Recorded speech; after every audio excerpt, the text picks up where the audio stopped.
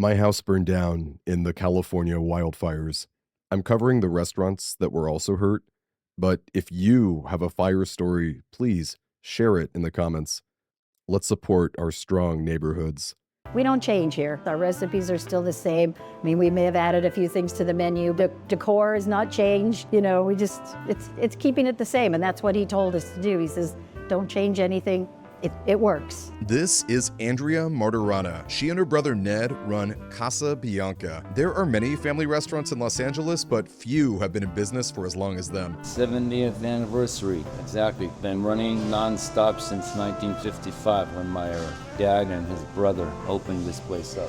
Our parents would drag us down here. Would come here and help out, but then we'd go to school. We'd come here after school. In other words, Ned and Andrea were at the restaurant all the time. Before school and after school, they'd help out any way they could, and as they grew older, they learned to prepare and cook the food themselves. Casa Bianca, by the way, means the house of white in Italian, and that's fitting. It's their family's second house, their home, and they still idolize their dad. He was the secret weapon. I mean, he started it, he planned it, he designed it, everything we owe to him. And to walk into my dad's shoes into this place was no small feat.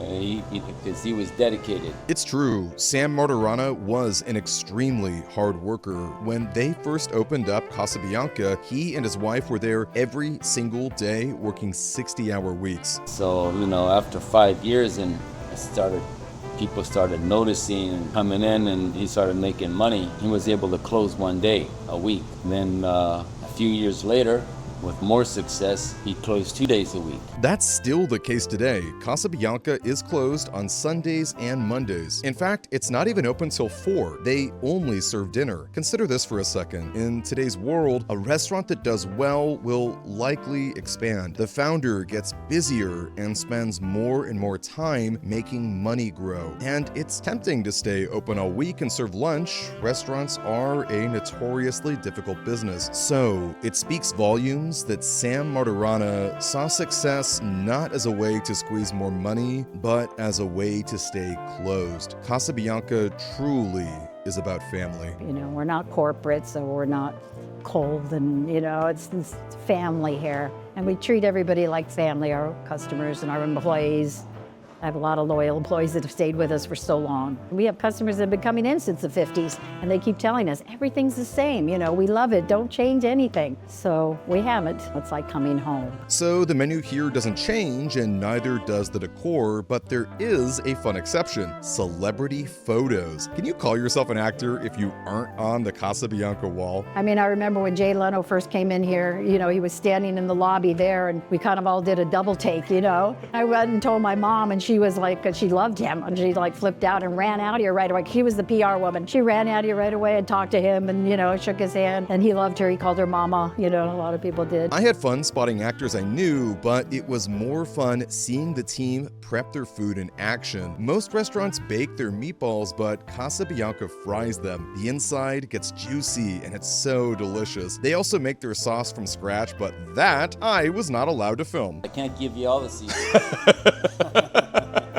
Cooking is like an art. Everybody has their own way of preparing things, and every restaurant is distinctive. So what should you order at Casa Bianca? They're known for their pizza, so I went for eggplant and beef. It was incredible. Also, this right here is a quote-unquote small antipasta salad. It can easily feed 4. The pesto was fresh as can be, and the cannoli was firmly sweet. I love that added touch of sprinkles. Now, I should say it's not all paradise here at Casa Bianca. The Eaton fire in Los Angeles hit its owners hard. Ned lost his garage, and Andrea, well, she lost everything. It's just been overwhelming, My head wants to explode when dealing with insurance and things like that, but I go to bed just thinking. I can't stop, my sleep has not been great. I go from room to room in my house and think of everything I lost, and I know everybody says it's just material stuff, but that stuff meant a lot, I